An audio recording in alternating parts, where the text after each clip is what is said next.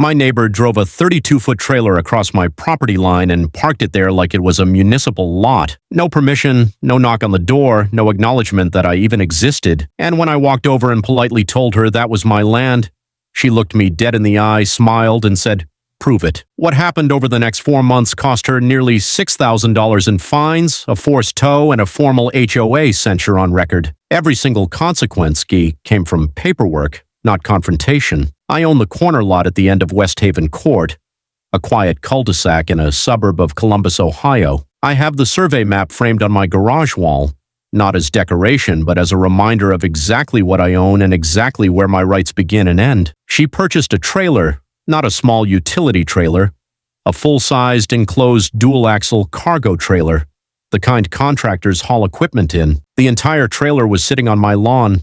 The rear axle was a full 4 feet past my boundary marker, so I knocked on her door. She answered quickly, like she'd been watching from a window. "It's barely over, if at all. It's fine." And she closed the door. I photographed the trailer. I photographed the boundary marker. I emailed all of it to myself with a timestamp. Section 7.4 was crystal clear.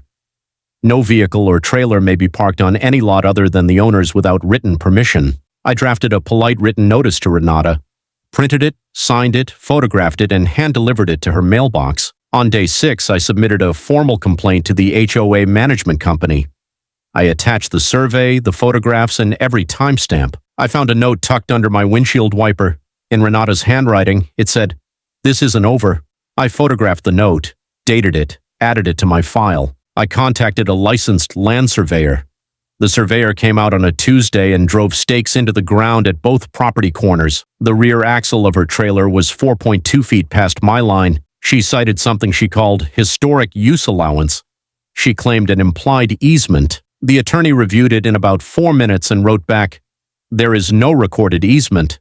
The letter is without legal merit." I now had a certified survey, a formal HOA complaint, a handwritten threat, and a legal opinion letter. The board meeting arrived.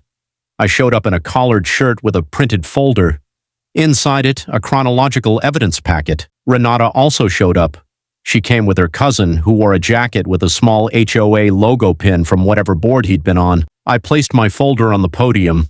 I didn't raise my voice. I simply walked the board through 7 exhibits in 4 minutes. I showed them the certified survey with the 4.2-foot encroachment marked in red.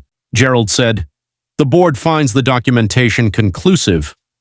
The motion passed 4-1. Renata was issued a formal written censure, fines of $75 per day retroactive to day 11, and a correction deadline of 7 calendar days. The board denied her appeal on Monday. The county has its own ordinance.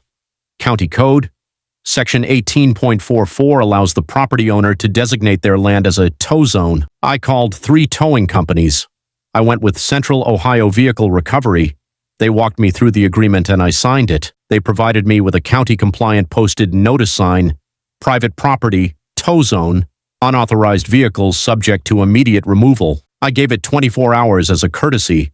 Then I called the towing company. On a Thursday morning at approximately 9:15 a.m., a flatbed tow truck pulled up to West Haven Court. The driver hooked up the trailer in 11 minutes. Renata came running out of her house in a bathrobe.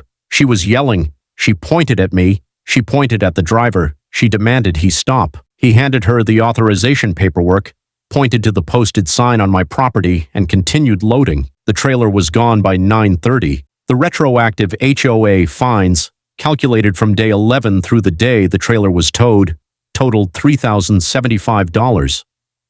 The board collected through the lien process. I never raised my voice. I documented, I filed, I cited the law, and the law did exactly what it's designed to do.